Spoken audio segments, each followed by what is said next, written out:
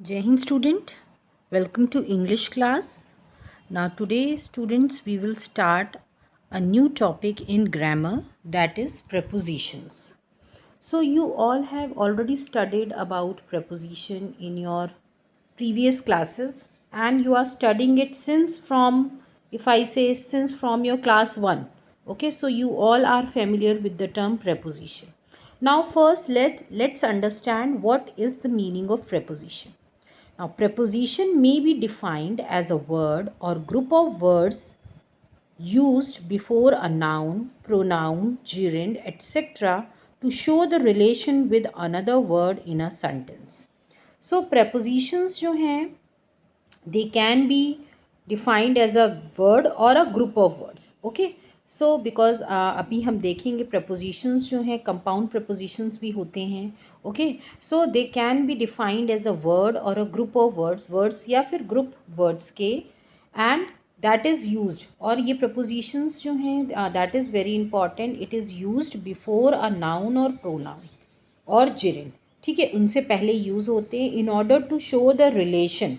ठीक है, रिलेशन दिखाने के लिए किसी एक वर्ड का किसी दूसरे वर्ड से उस पर्टिकुलर सेंटेंस में क्या रिलेशन है. ठीक है, जैसे हम एग्जाम्पल बोलते हैं I was born in 1980, suppose example दिया हुआ है आपके स्लाइड्स में ही वॉज बॉर्न इन 1890 या 1980. तो यहाँ पे ये किसके बीच में रिलेशन दिखा रहा है. तो रिलेशन जो है वो डेट के बीच में है, या हम कह सकते हैं ईयर के बीच में है, और उस पर्सन के बीच में बताया जा रहा है कि वो पर्सन जो था वो कब बॉर्न हुआ. तो दो चीज़ों के बीच में रिलेशन है. So this preposition is use to show relation, to show its relation with another word in a sentence. Okay, now they came here at 5 p.m. वो वहाँ पे वो जो वे थे वो कब आए वहाँ पे 5 p.m. तो यहाँ पे भी जो है रिलेशन दिखा रहा है टाइम और उन लोगों के बीच में. She went out of the room. Okay, वो रूम से चली गई. रूम और अ गर्ल, ओके, उनके बीच में रिलेशन दिखा रहा है. सो तो प्रपोजिशंस जो हैं बेसिकली यूज़ होते हैं in order to show the relationship, but they are always placed before a noun और a pronoun. That you need to remember. Okay, that is the important thing. Now, these prepositions, the one which we have discussed just now, the examples that you can see, they relate to time, place, position, direction, means. Okay, so prepositions are used to denote time, place, movement, position, direction. Okay, तो इन सब में इन सब चीज़ों को denote करने के लिए we use prepositions. Now इस लेक्चर में हम जो है बेसिकली प्रपोजिशन ऑफ टाइम पे फोकस करेंगे. ओके, एंड इस प्रपोजिशन ऑफ टाइम को हम जो है 2 लेक्चर में कंप्लीट करेंगे. Because it is quite there are many prepositions I will say which are used as a time. Okay, preposition of time as a preposition of time वो use होते हैं और सबके बारे में हमें डिस्कस करना है with example. Okay, now let's start with that. Now main अगर हम प्रपोजिशन ऑफ टाइम की बात करें तो मेन 3 प्रपोजिशंस हैं जो कि टाइम को भी डिनोट करते हैं और प्लेस को भी डिनोट करते हैं. मीन्स ये दोनों ही तरीके से यूज़ होते हैं. डिपेंड करता है सेंटेंस में सेंटेंस क्या डिनोट कर रहा है. ओके, और वो कौन कौन से प्रपोजिशन है. At, on and in. These 3 prepositions they can be used as a preposition of time also as well as preposition of place also. Okay, so basically अब जो है एट, ऑन, इन जो है टाइम इंडिकेट तो करते हैं. इसके अलावा there are other prepositions also which indicate time. उसमें से कौन कौन से प्रपोजिशंस आते हैं. For example after, before, within, till, by, since, from, for, during. ये और भी बेटा कुछ प्रपोजिशंस हैं that is used to denote time. Okay, so at के बारे में पहले पढ़ते हैं. At is use to indicate when something happens. We use at with clock times, period of year, periods of the day, festivals, but we don't use at with morning, evening and afternoon. तो ये कुछ exceptions भी हैं साथ में कि कब हमको कब हमको जो है एट यूज़ नहीं करना है। अदरवाइज़ एट जो है वो टाइम के साथ यूज़ होता है। फॉर एग्ज़ाम्पल आई से the assembly will begin eight 8 o'clock। So here the it indicates the exact point of time. आप देख रहे हो एग्जैक्ट पॉइंट बताया जा रहा है। तो एट जो है वो एग्जैक्ट पॉइंट डिनोट करता है when we used for clock times. Like she will come at 5 p.m. So that is again denoting the exact time. The train left at 8 o'clock. Okay. Now और जो है ये कैसे हम इसको डोनेट कर सकते हैं। Like this at is also used like for example she use to go to temple at Dussehra and Diwali. So every means she use to go. Now ये पास्ट हैबिट डिनोट कर रहा है कि वो पहले जाया करती थी कहाँ, temple at Dussehra and Diwali. Means ये फिक्स था, ठीक है, दिवाली और दशहरा में वो टेम्पल जाती ही थी। He came here at the weekend. She married at the age of 20. तो यहाँ पे आपको एग्जैक्ट फिगर्स दिख रही हैं as you can C.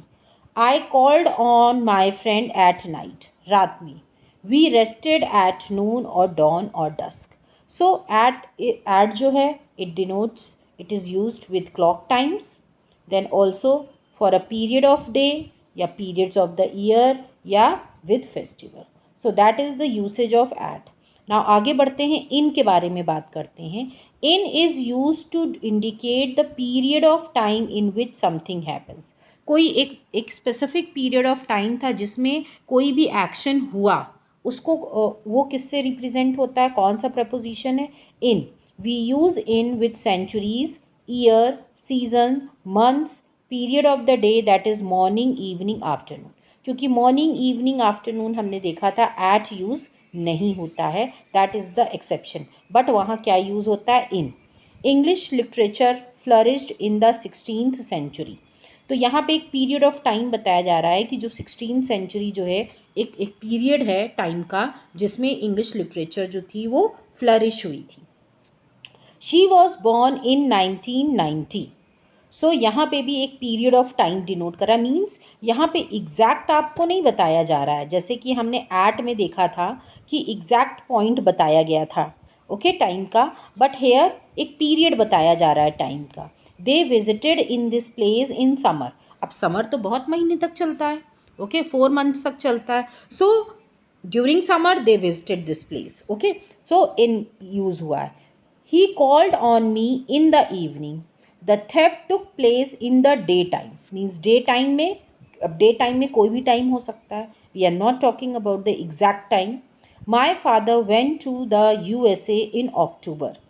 It all happened in 3 minutes. Okay, so this in is used to indicate longer period of time. एक particular period of time की जब हम बात करते हैं तो हम इन यूज़ करते हैं। आगे बढ़ते हैं, ऑन की बात करते हैं।